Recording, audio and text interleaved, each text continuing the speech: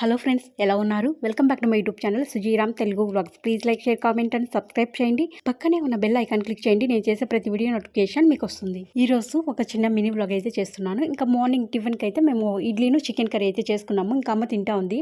ఇంకా రామ్ నేను అయితే తినలేదు, ఇంకా తినాలా. ఇంకా మార్నింగ్ కొబ్బరి బోనం అయితే తీసుకొని వచ్చాము. అందులో లేత కొబ్బరి ఉంటుంది కదా, అదైతే అమ్మ తింటా ఉంది. ఇంకా ఇక్కడైతే అమ్మ ఏం చేస్తా ఉందంటే ఇంట్లో రాగి పిండి అయితే అయిపోయింది. ఇంకా లాస్ట్ అయితే అమ్మ రాగులు గోధుమలంతా మలిచి ఇచ్చింది, అంటే క్లీన్ చేసి ఇచ్చింది. మేము గోధుమలు రాగులు అయితే తీసుకున్నప్పుడు సజ్జలు కానీ జొన్నలు కానీ అయితే మాకు దొరకలేదు. ఇంకా ఇప్పుడైతే తీసుకొని వచ్చారు. ఇంకా అందుకే అమ్మ అంతా క్లీన్ చేసి ఇచ్చిందా. ఇప్పుడైతే వాటర్లో అంతా వాష్ చేస్తున్నాము. ఈ పిండిని అయితే మనము రాగి ముద్దకు చేసామంటే చాలా బాగుంటుంది, హెల్తీ అండ్ టేస్టీ కూడా.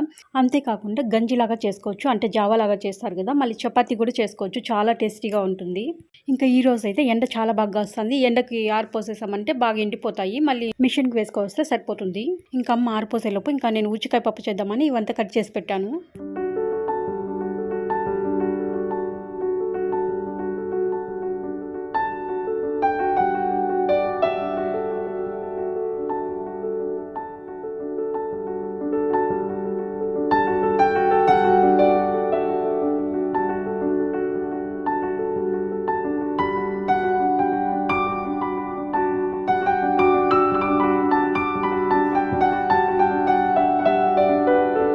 ఇక్కడ చూడండి, అమ్మ ఊరికే ఉంటుందా, ఇంతసేపు అక్కడంతా ఆరిపెట్టి వచ్చిందా, సైలెంట్గా కూర్చోమ్మా అంటే నేను పప్పు చేస్తా అంటే ఇంకా నేను చేయిస్తాను రా అని చెప్పి ఇంకా నన్ను పక్కకు పంపించి అమ్మ చేస్తూ ఉంది.